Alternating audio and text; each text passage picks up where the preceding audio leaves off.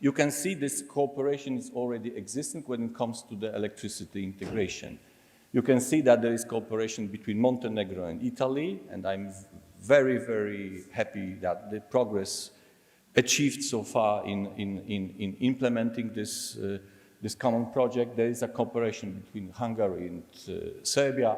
There is the special project supported by the USA for enhancing the cooperation between Greece, Albania, Kosovo, and North Macedonia. And this support to be achieved from the neighboring EU member states is another very important factor to making this process a success. The next one is the cooperation in the region, the regional cooperation. We call the framework for this cooperation CCRs, so the capacity calculation regions. Forget about that. This is a very technical, aspect of that. But basically, behind this need and the necessity of having cooperation with the partners in the region.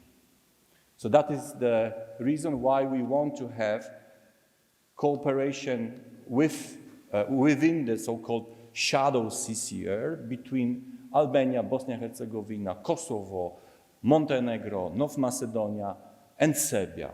And this cooperation is needed to integrate the electricity market, or to integrate with the electricity market of the European Union. Without this cooperation, some countries of the region could join the EU electricity market, but then there will be necessity to disintegrate with the neighboring countries of the region, which would be a very difficult situation for the regional cooperation.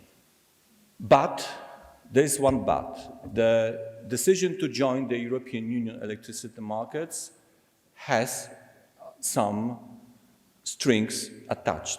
And this strings attached is the issue of providing the level playing field from the environmental perspective. So there is a need in the future for applying the European Union standards when it comes to the European Union climate policy and align to the European Union policy in climate by implementing the proper carbon pricing system for the energy community electricity markets. And there are two ways how to do it. The first way is to establish the national or regional system for carbon pricing, or to pay the CBAM fee, so to pay the fee for the European Union at the border with the European Union.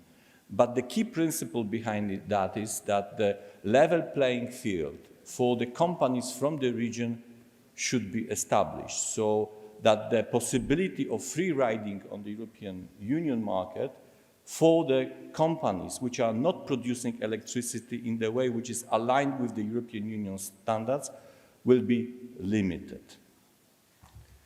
But there are some possibilities to exempt from that. And this is the very important another ingredient for the successful cooperation in the region. This is the asymmetric approach. So it is envisaged in the EU legislation that exemption could be given, could be offered to the contracting parties, electricity producers, to sell the electricity on the European market without having a proper, or without fulfilling proper climate standards until 2030. And this is an exemplification of the asymmetric approach, the exemption which is offered to these countries. Of course, the exemption which is conditioned by the fulfilling of certain requirements. And the next and the last ingredient for making the story a success for the contracting parties is the political will.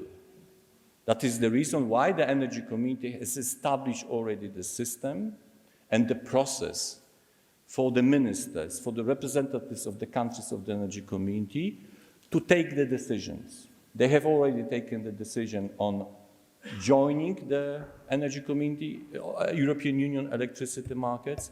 Now we are expecting the decision on what kind of the carbon pricing they want to have for the energy community, so that the energy community electricity producers can continue operate on the integrated electricity market of the energy community, of the European Union. Summarizing my short intervention, what is the list of the ingredients for a successful process of integration with the European Union when it comes to the electricity markets? And maybe this is the list of ingredients which would be applicable to the broader process of integration. The integration which is happening, and I want to underline it again, well ahead the day of accession. So first of all, you have to have proper invitation for doing that, and you have. You have to do your job, your homework by approximating the legislation, and you are doing that. You have to establish your own institutions, and partially this condition has been already met. You have to ensure that these institutions are cooperating regionally and with your neighboring member states of the European Union. You have to provide the level playing field so that the fair and equal competition with the EU stakeholders will be provided. But finally, we need your political will to proceed on this pathway. Thank you very much.